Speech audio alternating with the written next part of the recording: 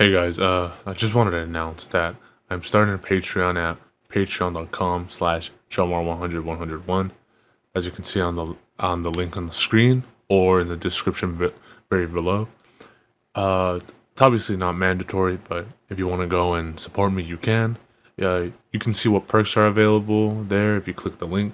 If you want to support, I appreciate it very much. If you don't, then that's fine regardless. But onto the video.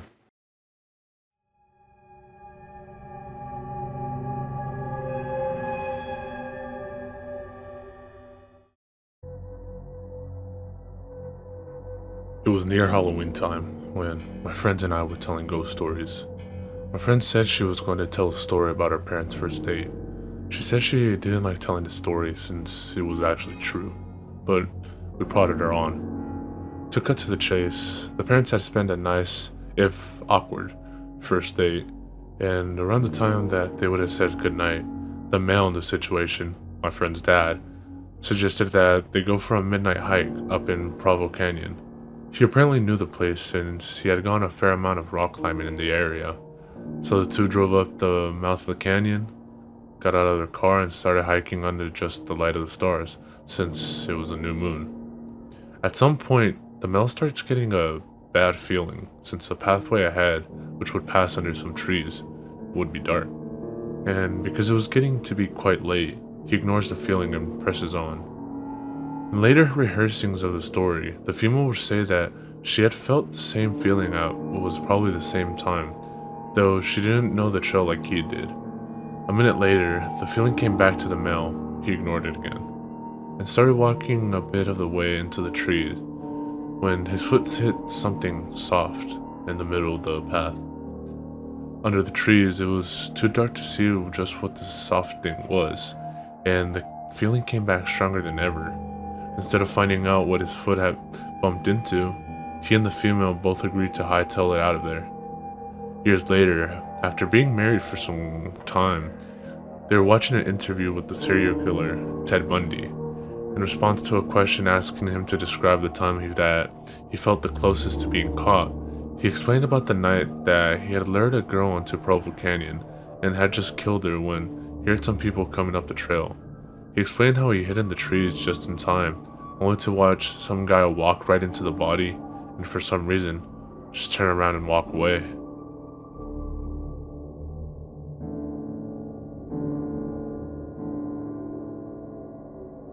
I should start off by saying my brother is not only a military man, but he's your basic hetero, never let them see you cry cliche of a military man. He's not afraid of anything, well, except for the entire country of Japan. This is a story. My brother joined the Marines when he was 18 and was stationed in Japan. He really enjoyed his time there for a while, the girls specifically. He made friends with some of the Japanese guys his age who worked around the base. On nights where him and his soldier friends had the night off, the local Japanese guys would show them around, bring them to bars, introduce them to the girls, etc. One night, after a little drinking and no luck with the girls, the guy invited my brother home to play video games. My brother accepted the invite and they played video games for a few hours.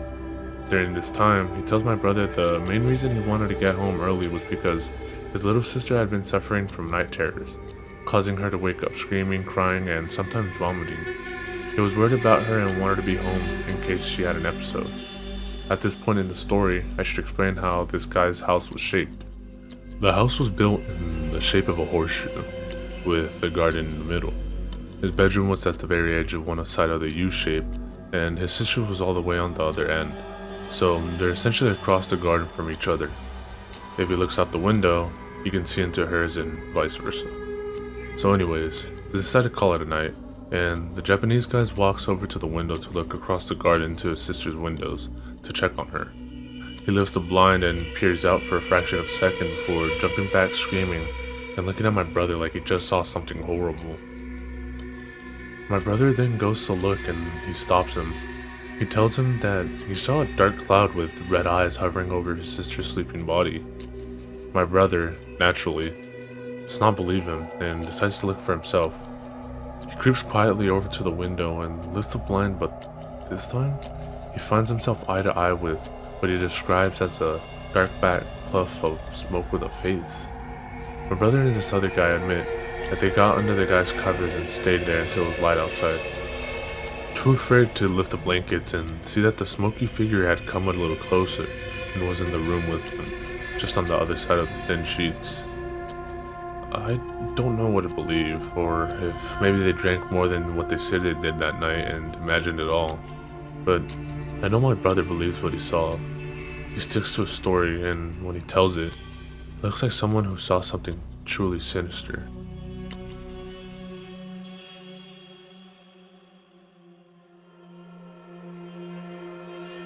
When I was younger, my family was extremely poor and lived in a very old mobile home on some land my grandpa owned. This piece of land was in a very small town out in the middle of nowhere of Texas and was covered in woods.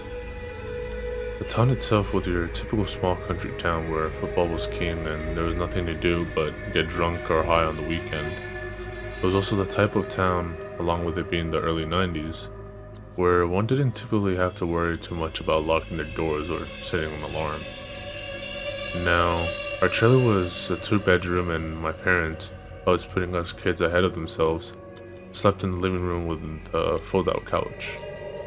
My room was directly connected to it, and my sister's room was down a hallway past the kitchen and bathroom at the other end of the trailer. One night, after everybody had gone to bed, my dad is woken up by a feeling that there's someone in the room. He looks around a bit and sees a large male figure sitting in the easy chair, just feet from the bed. My dad quickly flipped on the light switch next to his bed and saw it was a neighbor from down the road named Carter. Carter was known to be a frequent drug user and was often in trouble with the law because of this. My dad asked him what the fuck he was doing here and told him to get out, and he responded, "I can't get out. The demons are chasing me and your house isn't the only safe one." My dad, who I should say is fairly large and a terrifying person, responded that if he didn't get out and get out quickly, that the house would be a lot less safe for him. "If I leave, they'll get me. They've been chasing me all night. If they catch me, I'm dead." My dad's response was that there were no demons, but if he didn't get the fuck out of his house, that he'd be dead. From what I've been told, since I was asleep for this part, my mom also hurled a few threats, and while she may not be big, she was also equally as terrifying. I believe it was her anger that finally scared him off. My dad got up and locked the door and watched through the blinds as Carter decided, since he couldn't outrun the demons, he'd steal our old beater Suburban that my dad always left the keys in. He drove around for about an hour. We called the police and it took them about that long to get out to us since the closest police station was about 20 or 30 minutes away. He finally brought it back and was arrested and taken to jail. He was deemed crazy and ended up locked up in a mental institution. The scarier part is that for years after this, we'd get phone calls where all we'd hear is music that would have lyrics like, "I'm going to fucking kill you." These calls lasted for years and followed us from house to house, even though we always had different numbers and would even be in different states. We always thought it was him sending us a message. The call stopped when I was about 12. I later found out that it was around the time that Carter thought the best thing he could do for himself was soak himself in gasoline and set himself on fire.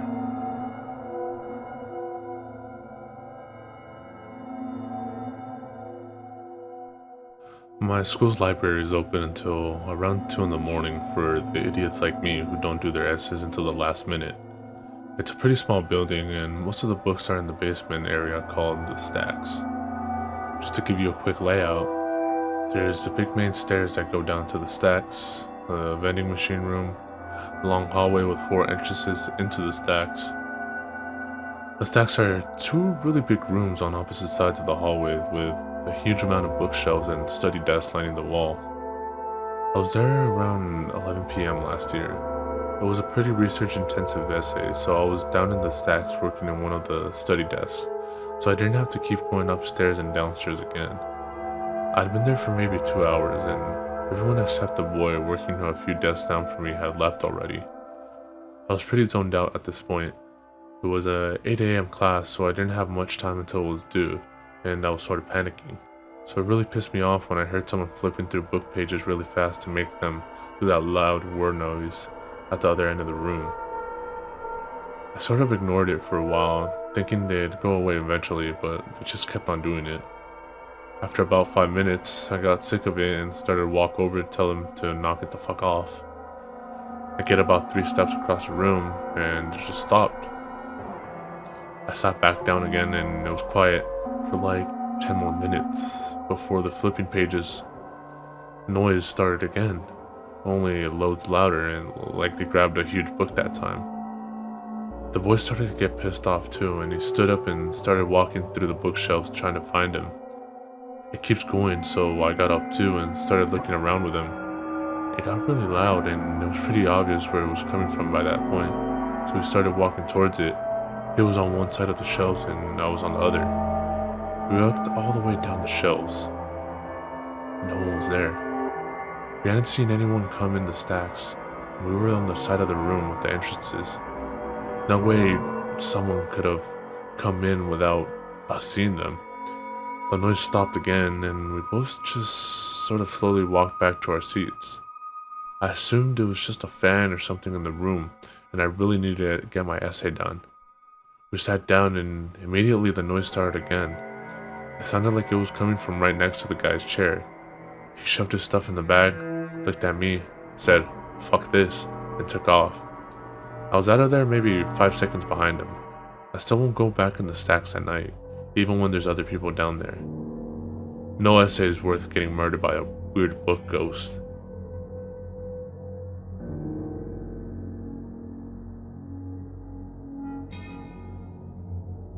My mom had 3 kids. There's me, the youngest, and my older brother. But before either of us were born, there was Jonathan. He was a sweet little blonde boy, big blue eyes, known for accidentally repeating dad's swears in church, wholesome kid, great in school, active outside. When he was almost 6, he was riding his bike and fell and hit his head on a rock. He got up and said he felt fine. My mom found him the next morning in his bed when she tried to wake him up to get to kindergarten. One pupil dilated and the other not. She got him airlifted to the nearest hospital. During this time, Jonathan's best friend Nick was sitting at the breakfast table eating cereal. Nick gets up from the table and goes to the door. When his mom asks him what's up, Nick says that Johnny was calling for him. You see, Nick and Johnny lived on separate blocks, but they weren't allowed to cross the street without a parent yet because they were still fairly young. But they lived close enough to call one another to come out to talk at their respective street corners. So Nick goes out to the street corner while his mother receives a call from mine that Johnny was just declared dead in the hospital. I had a brain aneurysm that was triggered by the fall. Nick's mom can hardly handle the news and is now wondering where her son went. But Nick comes back a few minutes later and says that he heard Johnny calling him, but he wasn't at the street corner when he looked, and sits down to continue eating his cereal. When his mom asks what Johnny was saying, Nick says he'd come to say goodbye.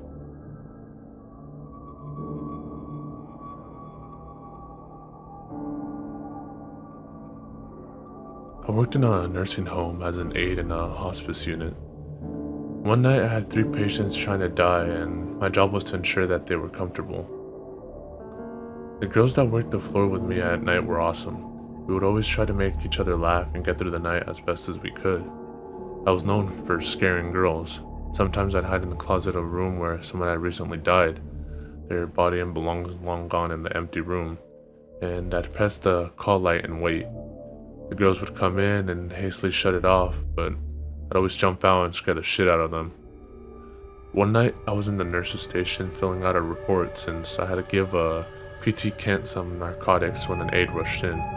She swore that she thought she saw my shadow on the wall as if I were trying to hide to scare her, but then she heard me laugh in the nurse's station. I decided to check it out since there wasn't supposed to be anyone on our floor. As I walked over to the wall, I stood where the light would have created my shadow, and there was nothing. I laughed it off until the CNA started shrieking and turned around and a shadow seemingly rose up the wall from the ground out of nothing. I just stared at it and said, "Oh, for heaven's sake, is that the best you got?" Then walked back to the nursing station. A while later, I had to do rounds. As I walked towards the patient room, I heard 3 knocks on the door that led outside to the patio by the room, and I saw an older gentleman dressed in all black. I couldn't let him in because I didn't have the access code, so I told him to hold on a moment and I would get the nurse to let him in. When she and I returned to the door, he was gone. She went outside and we couldn't find him, so I continued to the patient's room to check on him. Blood everywhere, and the patient is on the floor bleeding. He had tried to get up, it appears, and flopped around a bit in his blood trying to get up. The nurse lifted him back into the bed and we cleaned him up. There's nothing else we could do as he had a DNR besides make sure he was comfortable. I went to my next patient's room and bam, dead. He had stopped breathing. I rushed to get to the nurse and pulled his file. DNR also. I called the morgue and his family while I cleaned his body with an aide.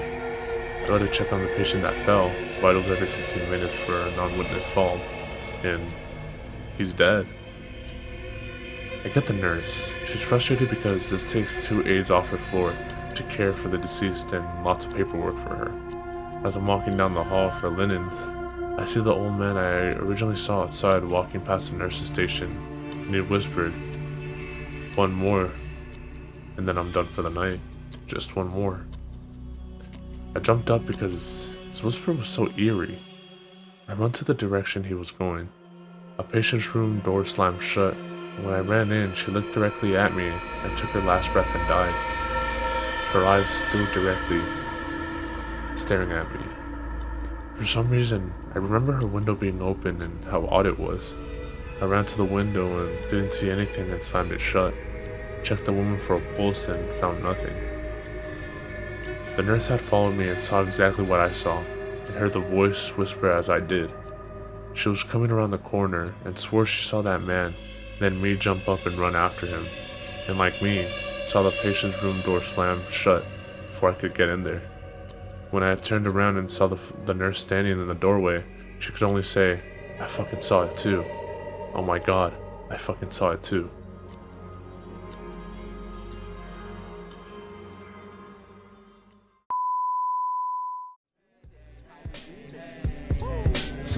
Met in the flow, getting the dough. We be checking your hoe while you sweating the flow. I be intellectual, incredible, flexible. I turn the virgin sexual, impeccable, but technical. I be the first letter, you ain't know. Check the alphabetical order. My natural elements, chemical shorter to leave it cruel. More bloodier, the menstrual waters. On the 28th, your thoughts are pennyweight. I'ma generate these bonds.